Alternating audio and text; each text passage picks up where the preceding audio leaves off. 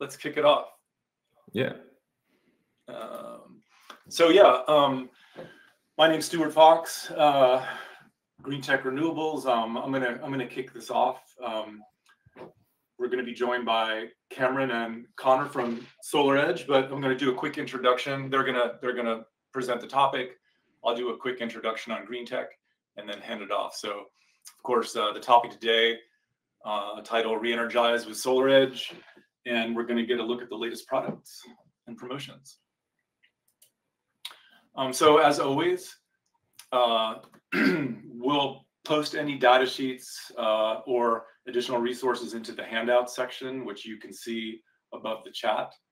And then, please go ahead and ask questions in the chat throughout. And then we will definitely answer questions at the end. But probably if something's really pertinent, we'll try to jump on it right away too. So go ahead and submit those. And as always, we'll be recording the presentation for your enjoyment later or for sharing with family. Green Tech Renewables. Hopefully everybody's familiar with us. We're a nationwide organization of independent renewable energy distributors. We're devoted to innovation and the highest possible level of customer service. Part of what makes that possible is that even though we have 100 locations all over the US, we're very local, and each of those locations is defined by the customers and the products that represent those locations. The locations have everything. I mean, another part of our success is really you can build a whole job from our will call and from our catalog and from our, of course, helpful inside and outside salespeople. And yeah, that's Green Tech Renewables. My particular role is I represent Design Services, and Design Services is basically a service organization that's available to Green Tech Renewables customers. So we are a design and permitting group. We offer residential and commercial design, permitting, feasibility studies, construction documents, pretty much anything you can imagine for realizing your project, we can do it. And if you have a Green Tech Renewables account, then you basically have 24/7 access to this huge design team. And yeah, pretty much anything you can imagine we can design with, including, quite enthusiastically SolarEdge, because we're have a lot of experience with it and we like using it. So with that, I'm going to hand it off to Connor and Cameron, and they will take it from here. Thanks, everybody. Yeah. Let's see. We'll switch over and let's see. You can see my slides. Ooh, we're getting a very early start. There we go. A preview of what is to come. All right. So hi, everybody. I am Connor. Let's see if I bop over the second slide here. So Connor Morrison, product marketing manager here at SolarEdge. I've been here for 3 years. I kind of do all the residential marketing. This is Cameron. Cameron, you want to give a quick intro on yourself? Yeah, sure. How's it going? My name is Cameron Stewart. I'm Senior Technical Marketing Manager, and I've been working at SolarEdge for 10 years now, and I manage all of our storage products, our smart energy management devices, and our design tools. So they keep me busy. Yeah, he's also just a great pool of knowledge. So if you ever have any questions about anything SolarEdge, Cameron knows. So yeah, just a quick run of the show. So we're here to talk about kind of our latest products and our programs going into the kind of second half of the year, going into RE+. And so we thought we'd kind of give a quick update on our Re-Energize upgrade program, which is an exciting program we've been running and seeing some success through the beginning of this year. And we think that it'll be a big program to help with growth for your businesses. And then kind of some of the latest products that are coming up. And that's what Cameron will kind of take you through, and then a quick Q&A at the end. So it's a lot of stuff. I apologize if we kind of fly through it, but there will be a Q&A at the end. So if you have any questions that come up throughout, drop them in the chat. We'll try to get to as many of them as we can. Yeah. So without further ado, I'll jump into Re-Energize and we'll rock from there. So I don't know if you've heard of the Re-Energize program, but it is an inverter upgrade program that we launched earlier this year. It's to help you grow your business by leveraging your existing customer base. It's to help kind of migrate homeowners from our older inverters. So think A series, HD waves, some of the older inverters to our new home hub inverter at a reduced cost. So they've already gone SolarEdge once, and so we didn't want them to have to pay to go again. It also unlocks a lot of opportunity to grow their systems, and we'll talk a little bit more about that. But it's an inverter upgrade program, pretty straightforward, and I'll give more details on how to participate. So who's this ideal for? It's for homeowners that really want to grow their system. If you have a go-back sale situation where they want to add a battery, more panels, an EV charger, smart devices like load controllers, smart switches, things like that. They're an ideal candidate. If they have an older system and their warranty is about to expire, this is a good way to get your system sort of refreshed and get a new warranty. If they had trouble with the 2G shutdown and they're looking for a cell card upgrade, this is a chance to go in and say, hey, we can upgrade the cell card, or we can upgrade the entire inverter and give you more optionality with your system going forward, and not just a cell card for a similar, maybe slightly higher price, but for a good deal for the homeowner. And then, as I mentioned, things like EVs and smart devices. So for you all, this is a great opportunity to not just sell another inverter, but optimizers, modules, batteries, EV chargers, because in a lot of these situations, what we're seeing is that homeowners want to expand their systems. So they want to add a few panels at the time. A lot want to add batteries. They've seen what's going on with weather lately, and they want to add backup. And a lot of times if they want to add backup, they want to add a few more panels. The other nice thing is typically you're going from an inverter that has a little bit lower oversizing. So our older inverters were only 155% oversizing. Our new home hub inverters are 200% oversizing. So it does offer a little bit more headroom if your homeowners want to add modules, but don't necessarily have the ability to add more AC capacity. So that kind of brings it to the homeowner side. So what do the homeowners get? So it's a brand new inverter. They get a 12-year warranty. They get a new 5-year cell card. They get access to all of those devices that we've talked about. And then, yeah, they can add more panels. It's a good deal for the homeowner, and it's a good deal for you guys to kind of grow your existing business.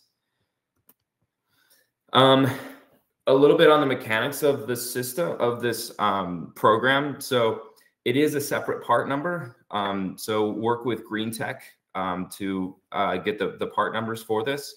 You get the price up front. So these inverters, the reason why they're a different part number is it's a different price. So you guys can take the discount up front, which is nice. But one caveat is they have to be used on upgrade systems. So if you get a Re-Energize inverter, you have to use it on an upgrade job. You can't pull something from stock, upgrade a job, and then order a Re-Energize inverter to replace that and then use that on a new system. So these are different inverters with different part numbers that have to be used on upgrade jobs. That said, these inverters are physically the same as a standard HD or as a standard home hub inverter. So there isn't anything technically different from them. There are newer inverters coming out of Austin. So they are a US made inverter, which is super cool. So you're getting some US product on your homes. But we do think it's important to note that these have to be used on upgrade jobs. The other thing is there is a rolling 18-month qualification with this. So the inverter has to be, and this is a little confusing, so I'll try to make a good example, but at the end of every quarter, it's an 18-month basically rolling qualification period based on the most recent quarter end. So for example, the last quarter end was June 30th. And so inverters installed before December 31st of 2022, which is 18 months before June 30th of this year, qualify for this program. So Right now, December 31st, 2022, and before, any inverter installed before then qualifies. In roughly 3 months, that'll move out to March. So it just kind of rolls from there. But there's a bit of a time qualification for this program. Outside of that, it's HD wave inverters, SolarEdge inverters, the old EV charger inverters, if you guys remember those. A series inverters all qualify for this. To participate, you simply purchase these from GreenTech you purchase them from GreenTech with those part numbers, perform the upgrade on the home, and then send the old inverter back to us. And if you're wondering how you do that, there is a Re-Energize website where you can request a shipping label from our team and they'll send it straight to you. So if you check out the Re-Energize program, and you can Google Re-Energize, SolarEdge Re-Energize, will pull right up. And our team will send you the shipping label, and you just send it back. Otherwise, it's a pretty straightforward program. Purchase your inverter from GreenTech, do your upgrade, send it back, and you're done. We wanted to try to make it as easy as we could for you, but we're hoping you guys can see this as a business opportunity to grow your systems. I see a lot of questions in the chat around NEM 3 in California, so we will definitely talk about that in the Q&A section, and we can go in more depth there. But for now, I think that's probably enough on the Re-Energize program. We'll pop over to Cameron so we can give some product updates. We have a lot of cool products that we've launched recently. So I want to make sure Cameron has enough time to go through that. And then we'll jump back in on the Q&A. So Cameron. Cool. Go for it. Thank you, Connor. And I want to reiterate, there was a question about getting a cell card for an old setup-based or non-setup-based inverter, a screen-based inverter is what we call them. And I want to reiterate that the Re-Energize program is the perfect way to do that, because if you look at the cost of a new cell card or even the Wi-Fi kit or something like that, you can get a new warranty, a more feature capable inverter with the Re-Energize program. So you should seriously take a look at doing that. And there's a lot of questions about adding modules and new optimizers, and we'll talk about those in the Q&A. For now, what I want to do is talk about power control systems, commonly known as PCS in our industry. So what is power control systems? Basically, it's a certification, and there are different versions of it. So if someone says they have PCS, it could mean many different things. One person might say they have PCS, and another person might say they have PCS, and they're two completely different things. So what I want to iterate to you is SolarEdge has PCS certification in multiple ways. One way is we have busbar current management, or sometimes called generation or load management. And what that means is we use our onboard production import-export meter, commonly referred to as the PI meter, production plus import-export. And it comes from the factory in all of our home hub inverters. So what that does is we measure current on the bus bar. And because we're constantly measuring current on that bus bar, we know how much current is being generated by the inverter. It will never exceed the bus bar rating of the main panel. What this does is it allows you to bypass the 120% rule. So this means we can install larger systems on our main panels. Now it's written into the code, specifically 705.13. So if you have some HJs that are giving you a hard time about PCS, then you can reference the National Electrical Code. There's another version of PCS that we call limited export, or to export to the grid or export to the main panel. And so this is a way to say when those AHJs or maybe those utilities are telling you, hey, you have to upgrade the transformer because there's too much solar on this thing or too much load and we're worried about that, then you can say, okay, I'll limit my export to the grid, or I'll limit my export to the main panel. And what this does is it helps avoid those really costly upgrades, right? And so you can say, this is a 10 kilowatt inverter. And yes, it has the possibility of exporting 10 kilowatts to the grid, but we will make sure that it curtails and maybe only delivers 6 kilowatts to the grid. So the homeowner can use as much as they want, and the PCS limits the amount of energy that can be exported to the grid. And then their third option is battery mode, which is charging from PV or self-consume your grid energy. And what that does is basically we're a DC coupled architecture. We've always had this version of PCS because we're DC coupled, and we can very clearly show that the solar energy that goes to the battery, and we can very clearly show that the energy that comes out of the battery is renewable, as comes from PV. So those are the kind of the three levels that of PCS that SolarEdge dabbles in, and it does unlock a lot of beautiful things when it comes to installation flexibility, reducing installation costs, getting larger systems onto homes that need the larger systems because they're getting hot tubs or multiple EVs. I had a gentleman in Texas that has 3 EVs, 2 5-ton air conditioners, and his power bill is just screaming. And so PCS is a way to help get a large system that can cover all those EVs onto his home.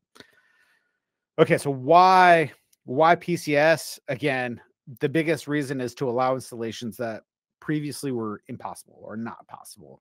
Busbar current management, larger inverters on smaller panels. In California, I live in Northern California.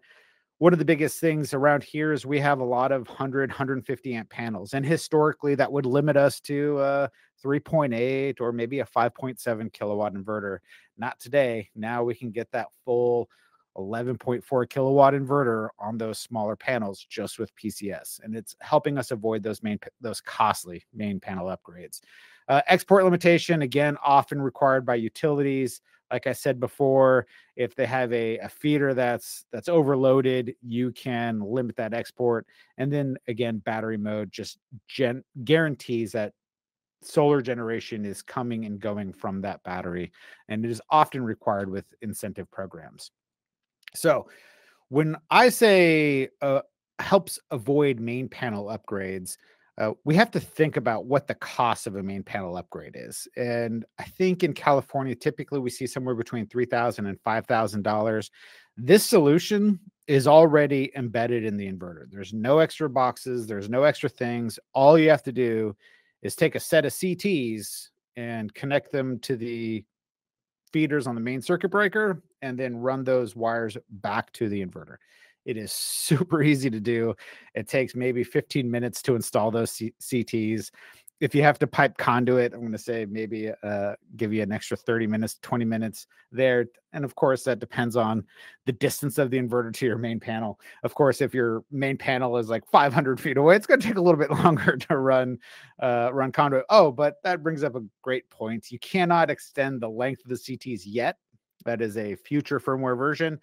Basically, we have to calibrate the CT wires. And so that's an additional step when we change the length of the CT wires that we will allow you to do. But as of today, if you were to install it today, you cannot extend or shorten the length of the CTs. Okay. And then again, for more information, we have videos and e-learnings and web content that will help explain all of these things to you. I'm doing like the 10,000 foot level view of what PCS is, just so we can keep the ball rolling. The hardware requirements, we've always had this production import export meter in our inverters. They often came, if you were installing just home wave inverters, they often came with the revenue grade meter. We had to teach our meter a new trick. So the hardware is separate. The good news is all of our inverters that we're now manufacturing out of our Austin plant in Texas come with this from the factory. If you have an older inverter that you want to upgrade, we have upgrade kits. If you talk to CED and we're getting through our existing inventory, we have upgrade kits for that existing inventory. You just have to swap the meter. To swap the meter, again, it's just a DIN rail clip, and it's again, like not a green Phoenix connector, and it's like 10 minutes, if that. So it's a different meter. The CTs are the same. So we use our SolarEdge Slim CT. They're a 225 amp CT with a little compression clamp. Super easy to use. Because they're slim, they can get into a lot of small, tight spaces. Center fed panels are always a question, and I'm going to probably see a couple questions. I don't see them on the chat yet, but center fed panels are another interesting use case because they typically have 4 wires and they're very tight together, and we won't be able to do that yet, but I'm working on solutions for center fed panels. All right. One of the things that I love talking about is the SolarEdge home fast mount. And why I love talking about that is my name's on the patent, bro. I helped develop this product. It is strictly designed to streamline your installation and to improve your installation speed. The reason this is near and dear to my heart is I used to be an installer way back in the day. When I started in 2004, I was installing PV systems in Phoenix, Arizona area, working on those insanely difficult and hot roofs. But with a SolarEdge fast mount, we designed what's equivocally a gutter, and it's got drill templates on the top of it. So you can know exactly where to put your conduits that match the home hub inverter and the SolarEdge home backup interface. It's also got a guiding bar that tells you exactly where to put the brackets for those devices. So the bottoms of those boxes are level, and it comes with all the conduits. So because it's made out of a polycarbonate material, there's no need for grounding bushings. Awesome. I'm saving you like $4 a pop on a grounding bushing and time to install those grounding bushings. It comes with all the conduits and the hard conduit pieces and hardware to get that thing installed. There's little aesthetic designs that improve the installation, like all the screws line up with the inverter and the backup interface. The spacing is perfect. It's a 6-inch gutter, and it is super awesome to install. So I'll tell you what, I've done a lot of time trials with the SolarEdge home fast mount. And if I were using a steel gutter that is NEMA 3R, not only does that gutter typically cost more, but there's no templates, and it takes me probably about 2 hours, 2.5 hours to get all the boxes on the wall where everything looks good and leveled, and not to mention the rigid nipples that I'm using, the sealing lock rings, like all the things that go into that. Now, for me to use the SolarEdge fast mount, it takes me roughly like 30 to 45 minutes. I kid you not. It's just so much faster. I'm going to say 30 minutes. Like every time I install it, the better I get at it. Now, our newer inverters have a extended heatsink. So they're a little bit bigger. The reason we did that is, obviously for heat dissipation. The extended heatsink required the introduction of a spacer on the back of the SolarEdge home fast mount. So it comes with a spacer. That spacer also works great if your siding is vinyl siding or something like that. So it just helps get the SolarEdge home fast mount off of the wall a little bit. And then once you get all the conduits and the inverters and the backup interfaces installed, it really tightens everything up. On this picture here, what you see here is where the battery is mounted underneath the fast mount. And it gives you just kind of like this nice power stack column. Everything's really self-contained and aesthetically pleasing. So I strongly recommend that. And you can see the conduits coming from the roof. What I love most about pictures like this is we show the conduit. And so many times marketing, Connor, takes conduit out of our pictures because, conduit doesn't look great. And so I wanted to give you a realistic expectation of what this could look like with conduit. The data sheet, follow this link. Quick installation, follow that link. We will send this presentation out to you so you can click on those links. But it's a fantastic product, and I'm very proud of it. All right, let's talk about the SolarEdge home load controller. So the load controller is the latest in smart energy management devices. I've got a couple on my desk right here behind me. So what is the SolarEdge home load controller? So the load controller is basically just a smart device. It's a dry contact switch that can control a contactor. It allows 8 amps of pass-through power, but most of us aren't going to want to control loads that are 8 amps. One of the biggest things that I can think of, it would be like maybe a enable line on a thermostat wire. So you can control an HVAC system and shed those loads when you go into backup. So what I really like about this device is the flexibility. Since we designed it to really control contactors, you can size those contactors however big you want and control anything from a 10 amp device all the way up to 150 amp device. So if you want to control a whole sub panel and get a 100 amp contactor, you could totally do that. If you want to control HVAC system, maybe a 3.5 ton, get a 40 amp contactor, you could do that too. And it gives you a lot of flexibility. Now, when I was doing my research for this product, what I came to find out is most homes don't need to control more than 4 circuits. The average is 2, but 2 to 4 circuits, that's easy. What kind of circuits do we need to control when we go into backup mode? Well, most commonly is the air conditioner. That has a high LRA value, which is lock rotor amps, and it's just the ability to start the compressor, right? And so to avoid that for your backup system and to make sure your backup system works well, you want to install load control. The other huge benefit of load control is now you get the ability to sell backup systems and whole home backup systems with smart energy management. So historically, we would have to add either another battery to be able to back up the whole house. But now you can say, oh, dude, I'm backing up the whole house. No need to have that conversation with the homeowner. I'm going to install some smart energy management devices to control these larger loads. And so you bang that out with the SolarEdge fast mount, you put in some load control. And when the homeowner goes through their power outage, those devices automatically turn off those large loads, their pool pump, their hot tub, things that they don't need to run when they're in backup. Now, if the homeowner decides, oh man, that power outage, it saved my largest asset. My home is safe. My food was cold. I was able to use my microwave, whatever it was, but I really needed to dip in the hot tub. I needed to flex on my neighbors to show them that I still had power. What can you do for me? I just go back out and install some more batteries because you already have the infrastructure of whole home backup. So adding batteries is super easy to do. You don't have to take a partial home backup system and then make it whole home backup, which is much more expensive. So what I would reiterate to everybody is install whole home backup on everything, backup everything, and then put load control where you need load control. And then when you have those conversations with their homeowners after they've been through a couple of power outages and maybe their ideas of what they need when they go into backup are different after they've experienced it, like, oh man, I really needed my deep freezer or something. We're always going to back up a deep freezer, but whatever the case may be, I needed to charge my vehicle is another big common load. I needed to charge my vehicle so I could get out of Dodge, that I needed to get out of the tornado or whatever it was. So then you can make those decisions.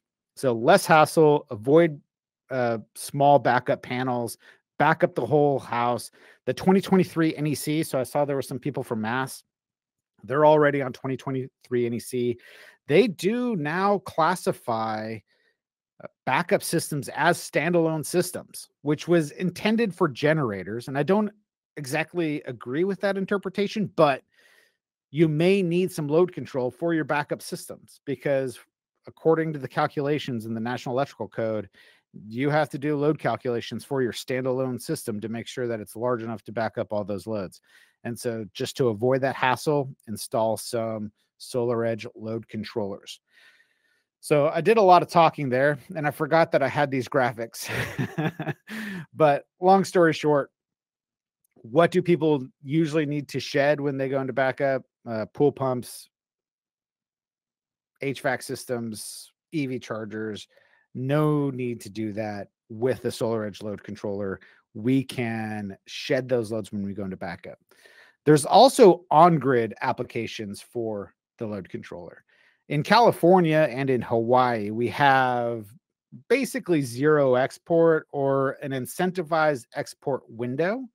And when we look at in California, we call it the power hours. In the month of September, we're heavily incentivized to export energy to the grid when the grid goes down. Or sorry, I said that wrong. We're heavily incentivized to export to the grid during the times of 6 to 8 p.m. in September. So what do we want to do? If our homeowner is charging their car and running their house, they're not able to export a ton of energy. So if you install some load control, we can program the load controller to say, yeah, man, I'm going to automatically turn off your pool pump. You can manually turn it on if you want, but I'm going to automatically shed that load for you. So that way you can maximize your export hours.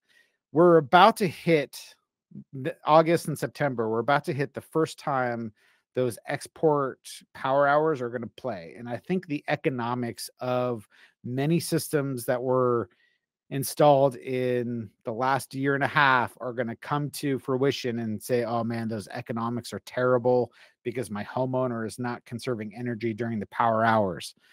They're ruined the economics of their battery. And a lot of homeowners are going to have to figure out how to do that. Just take that option away. Just install load control. Say, hey, we'll manage this for you. All right. So what are the requirements for the SolarEdge home load controller?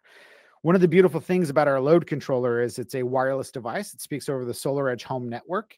And the SolarEdge home network card, you just easily install that into your inverter. Now, those devices are part of a mesh network. They create the mesh network. So the more devices you have, the stronger the communications you have. Based on Google's open thread, it's a very robust sub-gigahertz frequency that can pass through building materials super easily. You got to put those things in a box. So get a NEMA 3R enclosure, and then again, whatever size contactor you want. I typically go for contactors that operate with a 240 volt coil. And the reason I do that is so I don't have to run a neutral. So get a 240 volt coil contactor. The cost is relatively the same. It's just a spec that you get, and then you get whatever ampere rating that you want. All right, so here's the tech specs on the load controller. It's got a 5-year warranty. It's a huge wide range. So if you want to run a 120 to it, you can run 240 to it. You can use it at 50 hertz or 60 hertz. You know, we're in the US, so we're going to be using 60 hertz. It's got 8 amps of pass through. So if it's a small load, you can pass right through it. But most of us don't need to control 120 volt, 8 amps loads. We need to control large loads. And so that's typically why I tell you to get a contactor. Okay. And lastly, additional resources for the load controller, white papers. Check out our Edge Academy. So edgeacademy.solaredge.com. You can get all your latest training up to date. We have certifications for backup systems and for power control systems. So make sure you get certified so you can install those. Check out our YouTube channel. I think you'll see my face on there quite a bit. I think Evan has largely replaced me. He is taller and much more handsome than I am and bilingual. So if you see Evan, make sure you say hi. And then, of course, we have these training walls that Evan's standing in front of in this picture. Those training walls are at CED locations all across the US. So we do offer live hands-on training.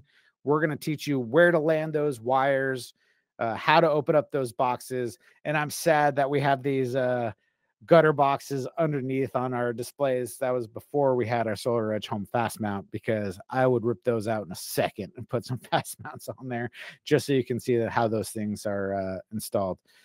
And of course, webinars like the one you're at here today. And with that, I think that brings us to Q&A. Connor, do you want to MC the Q&A? And I'll just be the belle of the ball and do nothing. Yeah, no, that's perfect. And there's a lot of questions. So it'll be a kind of firebomb fast training. I'm going to try to start from the top. So it'll go all the way back to the Re-Energize land and what we're doing there, and then we'll kind of work it backwards. And then it's also kind of a nice review. So yeah, thanks everybody for dropping those questions in, and then I'll try to monitor them as they come in. So the first thing was, how do we add more solar panels without changing the client into NEM 3? Okay. I don't want me to talk about that. I could try it and you can keep me honest. All right, I'll keep you honest. Yeah, so right now in California, there's a few ways that you can do this, but it's not as easy as we initially thought. In SCE it is. So if the nameplate on the inverter does not change, so same AC nameplate rating, in SCE you can add a couple more panels because it changes the DC capacity, but not the AC capacity. So in those cases, you can add a few more panels. SCE is the only one that's come out and said that you can, has blessed it. PG&E, SDG&E, and some of those other utilities have not said that that's all right. And so you can't necessarily do that in every utility in California. In those cases though, and somebody asked this question, so this is kind of a 2-for-1. You can do 0 export on a NEM3 inverter. Basically, you install another inverter, you do 0 export on the NEM3 inverter, and leave the NEM2 inverter where it is, so that the NEM2 inverter, basically all it does is export to the grid and gather credits, while your NEM3 inverter powers the house, and then it just doesn't export because that isn't necessarily that lucrative anyway. So you just install a new inverter, move the loads to be powered by that inverter, do a 0 export on that with PCS, which is what we kind of talked about earlier with that version of PCS. And then your NEM2 inverter just kind of blows and goes and gathers credits there. So that is kind of two of those questions. I'll keep walking through. Are there minimum quantities to buy Re-Energize inverters? I don't think so. You'd have to talk to Green Tech on that front, but you guys, I think that they can be pretty accommodating on that front. Is PCS available for 3-phase? Oh, that's a great question. So we are working on PCS for 3-phase inverters. We don't have it available yet, but it is a roadmap item. All right, and cool. I'll take this next one. How about batteries on 3-phase? So interesting that you should ask. I've been doing a lot of multifamily dwelling units where we balance our home hub inverter on a 208 or 240 volts delta or Y. And so we take 3 inverters to phase balance, and we use our batteries connected to the home hub inverters. So it's not a true 3-phase inverters. We're using single-phase inverters in a 3-phase application. We can do maximize self-consumption, and we can use time of use modes for those operations. Those multifamily dwelling units, they don't typically have backup or need backup or anything like that. So that is a great application for those inverters because we operate at 208 single phase and 240 volt single phase. So again, we just take 3 inverters and balance them across 3 phases. And then we introduce a loss of phase detection device to make sure that all 3 inverters shut off when there's a loss of phase. All right. Let me keep rocking. PCS, we got that one. Is the fast mount rated for outdoor installations? Totally. Fast mounts rated for outdoor installations. Come on. Yeah. we have some rubber gaskets that give it some waterproofing. And then also there is some weep holes or water valves that we allow water to escape out of. Is there a separation for DC and AC wire within the fast mount? Yes. So that's a great question. So there is clear separation. So if you put your inverter on the left-hand side, it's reversible. You could do inverter on right, inverter on left. If you put your inverter on the left-hand side, there's very clearly an easy way to separate DC on the left and AC, everything else is on the right. So I do have a partition that I started including in the next batch that has just an adhesive back to it. You stick it in.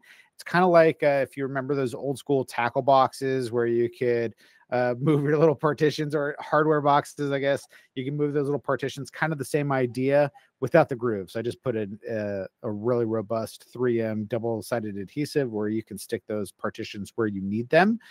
Typically, it's going to be just isolating the DC conductors. And then you'll be able to drill it to pass the ground wire through. Cool. And then in the context of the fast mount, can you do multiple batteries with it? Like how does a multiple battery? Yeah, totally. So there's a couple ways to do multiple batteries. For SolarEdge, we allow up to 3 batteries per inverter, and those batteries stack power on the DC side. So let's say you have an 11.4 kilowatt inverter and you use a single battery. That battery has a maximum discharge of with a single battery, it's 96 LRA, 7.5 kilowatts for 10 seconds, and 5 kilowatts continuous. So if you add 2 batteries, we take you up to 106 amps of LRA. Then you have 10 kilowatts of continuous discharge. And if you add 3 batteries, then you're at the maximum AC nameplate rating of the inverter, which would be 11.4. All right, so cool. So you can get up to 3 batteries. Where do we install those? You can install those on the wall next to the SolarEdge Home Fast Mount. You can buy our floor stand, and you can stack those batteries one in front of the other with the floor stand. Now, if you do that, and then you have the fast mount above, and then the inverters above that, you're not going to be able to access those inverters and backup interface because the batteries will block your ability to work on it. So you would obviously, if you're going to use the floor mount with batteries stacked one in front of the other, you're not going to want to put those directly under the SolarEdge Home Fast Mount because you'll never be able to get to the equipment and work on it, which is Workspace 110, I think, in the NEC. All right.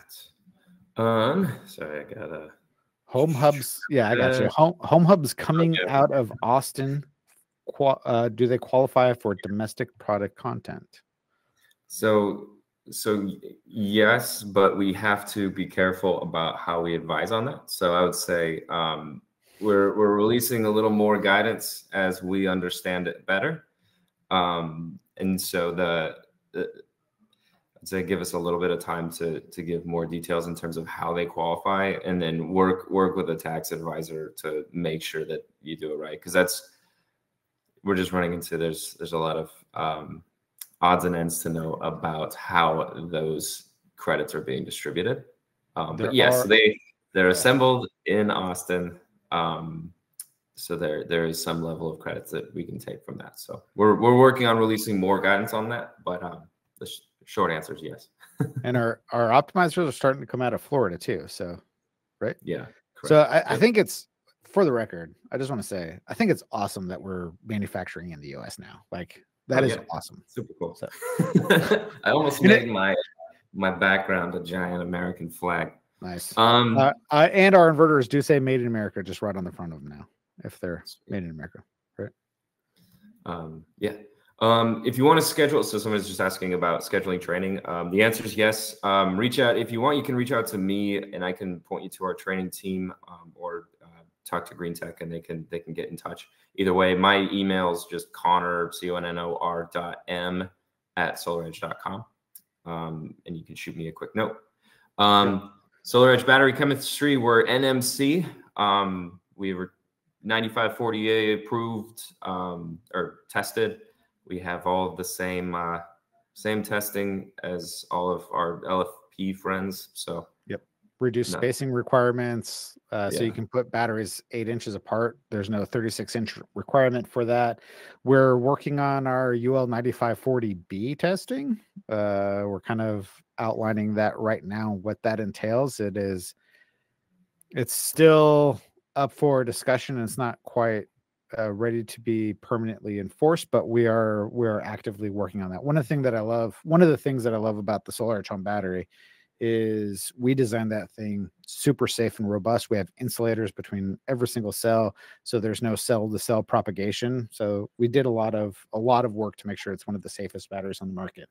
There was another question in here about using multiple inverters that connected to a backup system when you have a required PV production utility meter. All right, so what I do for that is I use either a generation panel or I connect them directly to the backup panel. So how I do that is I'll take my 2 or 3 inverters, I'll aggregate them into an AC combiner panel, and then I'll pass through the utility meter and probably some type of utility disconnect switch. And then I'll hit either a generation panel, which is a feed through panel that allows your conductors to come from the backup system, from the inverters and batteries, and also has a feed through panel that goes to the backup panel. So you're on the supply side of the backup panel. That is an extra box on the wall, and it is a pain point. I totally get it. The other way to do it is to oversize your backup panel. So if you're trying to back up a 100 amp main, so you typically would get a 100 amp panel. What you could do is you could get a 200 amp panel and have reduce the main circuit breaker size to 100 amps, and now you've got 140 amps of potential backfeed. So you're allowed to do it that way. And then of course the PCS meter will allow you to do. We don't allow PCS meter for backup systems yet because we're still trying to figure out which bus bar do we have to protect. Do we have to protect the backup panel? Do we have to protect the main panel? What does that look like? And so PCS will allow us to do large systems on the backup panel because we'll be able to measure the bus bar current on that as well. So there's a couple ways around it today. Again, generation feed through panel, or just landing them directly onto the backup panel with a main breaker derate. Those are the most common methods that I see. And then all you have to do is run your COM wire from the inverter to the backup interface. So you don't have to use the inverter inputs on the backup interface. Cool. Let's see, I'm trying to look. So you mentioned earlier did you mention the loss of phase device? You kind of mentioned it earlier when you were doing the three-phase stuff. Yeah. So there's a couple sorry. There's a couple ways to do it. And there's a loss of phase relay that is most common. It is UL listed, it's tested and approved. I found a new device that I can't talk about yet because we haven't tested it. But once I get some testing on it, it's a much lower cost. Like instead of the realm of $1,000, it's in the realm of like $100. So I'm still working on it, but right now the best piece of equipment that I can get you is the loss of phase relay. Cool. And then, do you want to talk about altitude? I think that. Sure. All right. Asking the hard questions. Yeah. I mean, you got the guy for it. So high altitude batteries. So when we're at high altitude, your thermal properties change quite a bit, and our ability to cool the battery changes quite a bit. So right now we're restricted to what our cell manufacturer allows. So we use very robust Samsung cells. The cell manufacturer Samsung says, nope, can't go above 2,000 meters. So that is our hard limit today. In our next generation of battery, we are trying to address that. I think we're going up to 2,500 meters, maybe 3,000 meters. So we're getting close, but nothing at 9,500 feet, I'm afraid. That is high. So we are trying to increase our altitude, but it does come down to the ability to cool the batteries. Cool. Can we go through? There's a question I might send a note in the chat. It might be good to just shoot me an email so we can get more specific with it on the screens and the cell card things. So I might just say, shoot me an email and I'll get you the right people. Yeah, I did. We do have cell cards for we have cell A modems for those use cases. So I think we still have modems. You have to replace the whole card. It's not as easy as just swapping a SIM card. You have to replace the whole PCB on it. But yeah, I think we can get you covered. Man, yeah. There was something else that I thought about that I wanted to talk, and generators. I totally forgot about generators, man. We should have put a slide here about generators.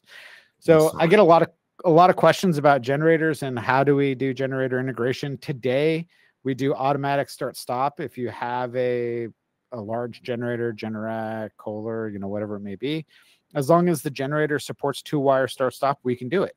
And so with firmware version 4.20.19, which is our latest version, what will happen is the system goes into backup, the sun sets, batteries deplete. You set the generator start on a battery SOE level. And so the default is 0. So when the batteries reach 0, we'll start the generator, but you could set it to 20% or something like that if you wanted to. And we will start the generator. Once the generator is running, the sun comes up, starts to charge the batteries. At a 80% battery SOE level, we will turn off the generator and resume PV plus storage support. We also have manual mode. Now in manual mode, when you turn off same thing happens. The sun goes down, batteries deplete, you lose power. The homeowner can then go fire their generator. And once we sense the voltage, we will transfer to generator and run on generator. Now, when that happens for manual mode, there's no way to go back to PV plus storage. So the batteries will still charge. You'll get your full 100%. But once you're on generator in manual mode, you're stuck there until the grid returns. Okay. So, and then of course, Can the generator be used to charge the battery? Not yet, not at this time. And you can't even run the generator with the PV inverter simultaneously. So generator synchronization is very tricky, especially when we talk about, I've got this Harbor Freight Predator special with this 5 kilowatt generator that I got for $100. Those do not give out great sine waves. And so generator synchronization is difficult, but it is a roadmap item. And can you install larger than 15 kilowatt generators? Absolutely. We allow up to 20 kilowatt generators installed into the backup interface. And of course, let's say you have like a huge, like 40 kilowatt generator, utilize the existing transfer switch from the generator. And this is what everybody does. Like, so Tesla, Enphase, Franklin, whoever it is, they say, yeah, you can leave the existing generator there, the existing generator transfer switch, and you'll put our MID device just on the supply side of that. And so the first backup system would be your PV plus storage. And then when that depletes, then you go to your default generator. Cool. That may be it. There's a lot of, let's see, maybe we wrap it there. And yeah, so there was another question about 240 volt battery with a 208 volt inverter. So again, you can run our home hub inverters at 208. There's 2 models I think you can run at 208. It's the 11.4 and the 5.7. And they are 10 kilowatts and 5 kilowatts respectively when they're operating at 208. And you can use our battery, SolarEdge home battery, with the SolarEdge home hub inverter on a 240 volt or 208 volt single phase grid. You can do that. Yeah. You can't do backup on 208 though. The backup interface is 240 volt only. Cool. All right. Seem to be punished. What are you talking about? You still have A series inverters, perfect for Re-Energize, man. Like, yeah. I think that's a great opportunity for Re-Energize, and that's why we reduced that price on Re-Energize, so that those folks could to get a little bit of a discount on upgrading, and that way they don't have to pay twice. Are we the only manufacturer ever say, hey, trade in your old inverter? Just like cell phones, like, hey, trade in your old cell phone. We'll give you some credit for it and give you a new one. Like, are we the only inverter manufacturer that's ever done this?